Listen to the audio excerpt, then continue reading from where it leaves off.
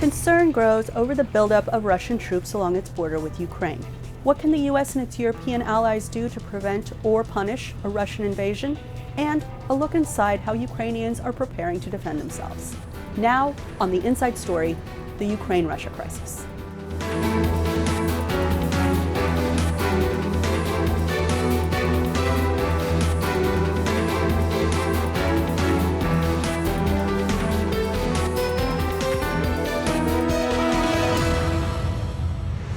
Hi, I'm Anita Powell, VOA White House correspondent. Behind me is the West Wing of the White House, where President Joe Biden works.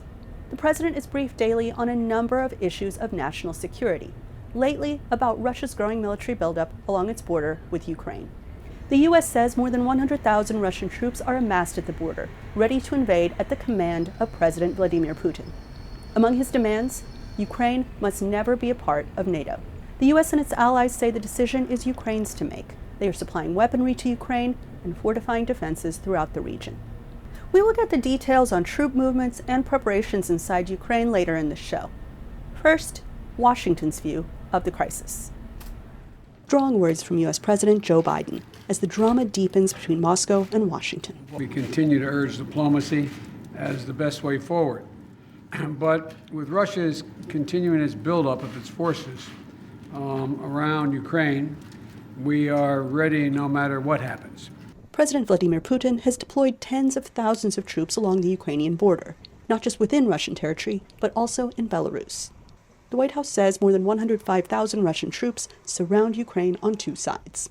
Russia objects to Ukraine's desire to join the North Atlantic Treaty Organization and has demanded that the U.S., the most powerful member of the Collective Security Alliance, bar Ukraine's entry. Washington announced on February 2nd that the U.S. would send about 2,000 U.S.-based troops to Poland and Germany and shift 1,000 soldiers from Germany to Romania. These movements are unmistakable signals to the world that we stand ready to reassure our NATO allies and deter and defend against any aggression. But military officials have not given up on a diplomatic solution. We do not believe conflict is inevitable.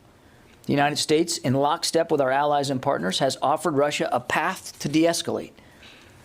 But we will take all prudent measures to assure our own security and that of our allies. The top U.S. diplomat at the UN says the stakes have never been higher. The situation we're facing in Europe is urgent and dangerous, and the stakes for Ukraine and for every UN member state could not be higher. Russia's actions strike at the very heart of the UN Charter. This is as clear and consequential a threat to peace and security as anyone can imagine. Russia fired back, with its ambassador saying Russia does not intend to invade. This dispute between Russia and the U.S. and its NATO allies is about much more than ideology, says analyst and author Angela Stent. A stable Europe is central to U.S. interests, and sending more than $200 million worth of security assistance to non-NATO Ukraine is part of that. It's not only ideology, it's security. I mean, it's, a system of alliances and a stable European continent, which are in the U.S.'s interests. We don't live in isolation. We're a very large island with two neighbors, right? We're a continent. But so it's more than that. It's not about ideology. It's about power politics, but it's also about principles. Which do have to do with territorial integrity and sovereignty. Meanwhile, Russia and top U.S. rival China have become ever closer. Beijing expressed dissatisfaction when Russia invaded Georgia, while China hosted the 2008 Olympics. The Chinese capital will host the Winter Games starting this week. With the U.S. threatening heavy sanctions against Russia, and even against Putin himself, if Russia invades Ukraine, Moscow will need support from the world's second-largest economy. Analysts say this could play out slowly as the Olympics take center stage and Washington continues to remind Moscow of the consequences of an invasion. If it does move into Ukraine, then the economic measures that the United States and others are going to bring to bear, to a certain extent, will push them even further into a junior relationship with China, which is just going to hurt their economy in the long run. I don't really see a lot of strong outcomes here. So that's one of the reasons why I think that diplomatic outcome might still be on the table, but Russia's going to try to let the clock run as long as possible to let us feel uncomfortable. And so, as the games begin in Beijing and the war games continue on both sides of Ukraine's border, can these two old rivals find their way back to peace? As Russian officials continue to deny their intention to invade Ukraine, the military buildup continues. VOA Chief Diplomatic Correspondent Cindy Sain reports Russian officials are willing to de-escalate military activity if the White House will address their main security concerns. Russian President Vladimir Putin made his first comments in weeks Tuesday about Ukraine, blaming the U.S. and NATO for the mounting tensions. Their most important goal is to contain Russia. That's the thing. In this sense, Ukraine itself is just a tool to achieve this goal. This can be done in different ways. One of them is to draw us into some armed conflict.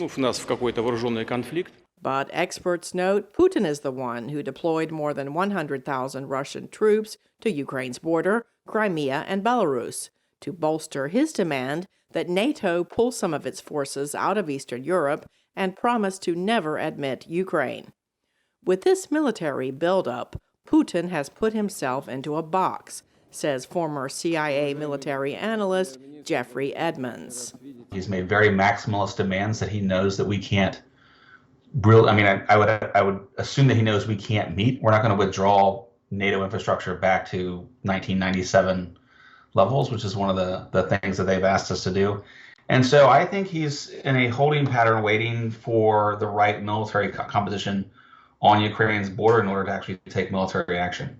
President Joe Biden says he and Putin understand each other, but Biden has also said he believes Putin is planning to invade Ukraine. Some experts say Putin wants to make sure Russia is still viewed as a major player on the world stage. Angela Stent wrote the book Putin's World. And he believes that the rest of the world should treat Russia as if it were the Soviet Union. He doesn't want to restore the Soviet Union, but he wants to be treated as a great power whose views are respected and where people sort of fear Russia and they accept that Russia has a right to this sphere of influence in its neighborhood.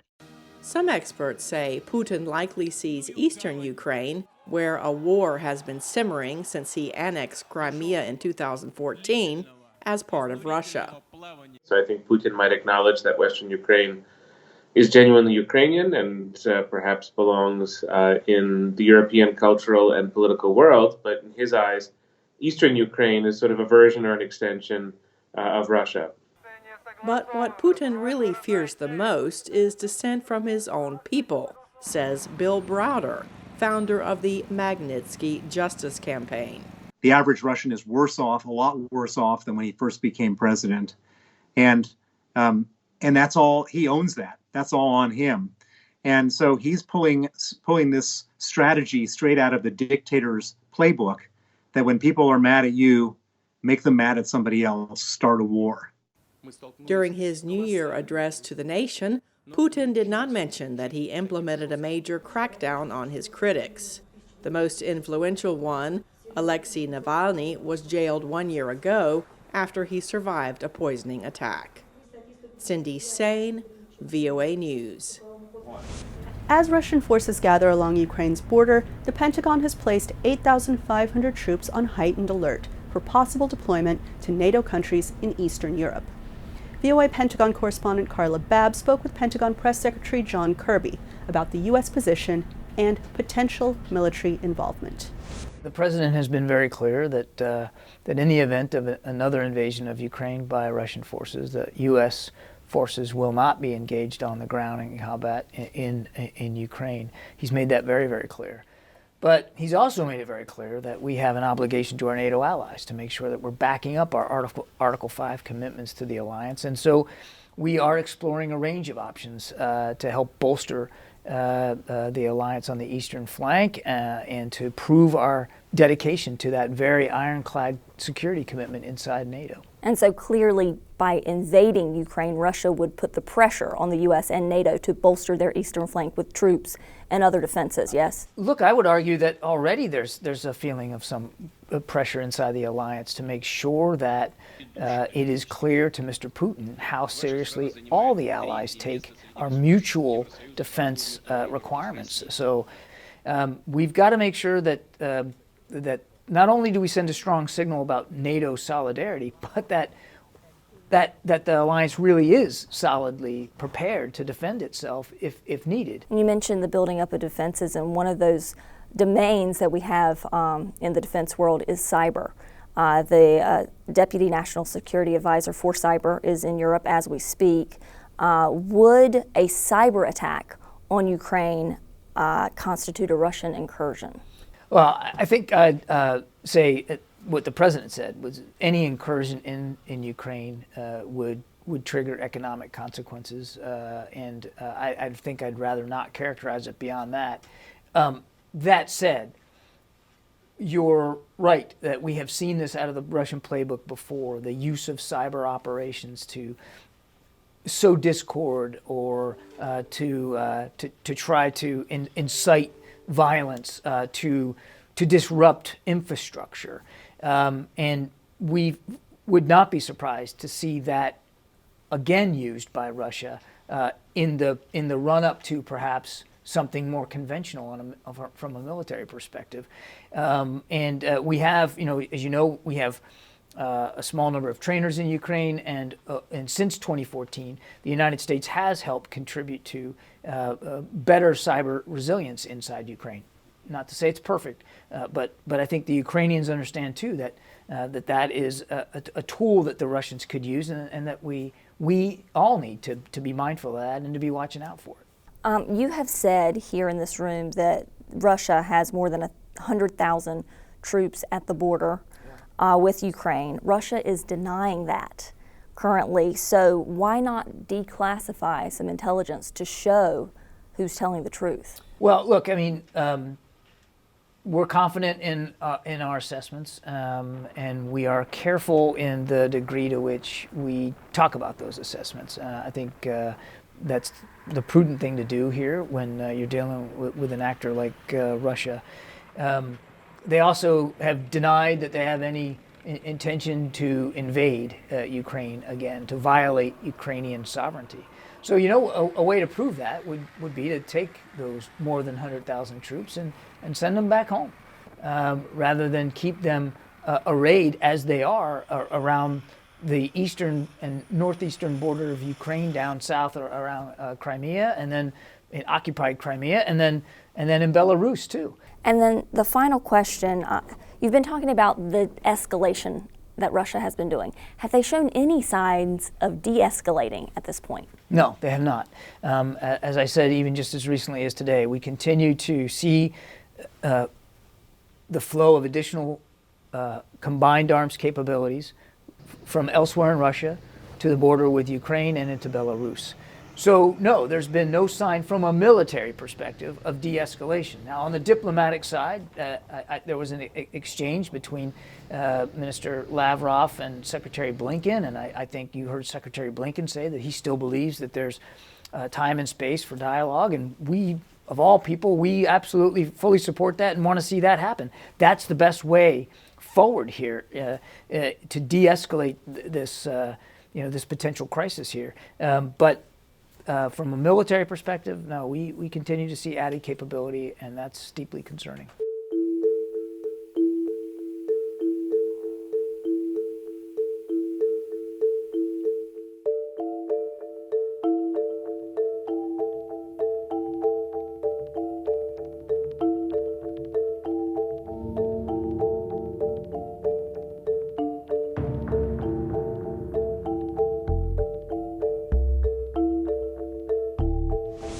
Ukraine's leaders are trying to calm anxieties of a country trying to conduct business as usual.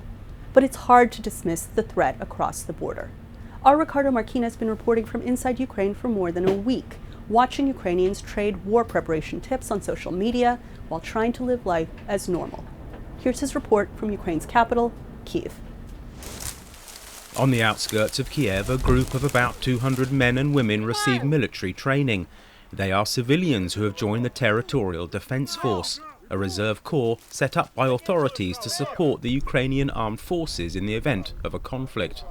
They train on their own time and they buy their own weapons. I am here to learn fighting techniques and support the army to defend Ukraine. Russian military pressure on Ukraine, with a massive deployment not far from its eastern border, has once again raised the spectre of war. For many here, the question is not whether there will be a war, but when. Putin believes that there is no country called Ukraine and that he has to take it under his control. Since he could not do it by changing his government from within, he only has one option left, the military path. After more weeks of intense media reporting on a possible conflict, those in charge of these exercises want to reduce tensions among the Ukrainian population and are urging calm, including among these trainees. Our commanders tell us, clean the gun, get ready, and don't panic. That is the Ukrainian way.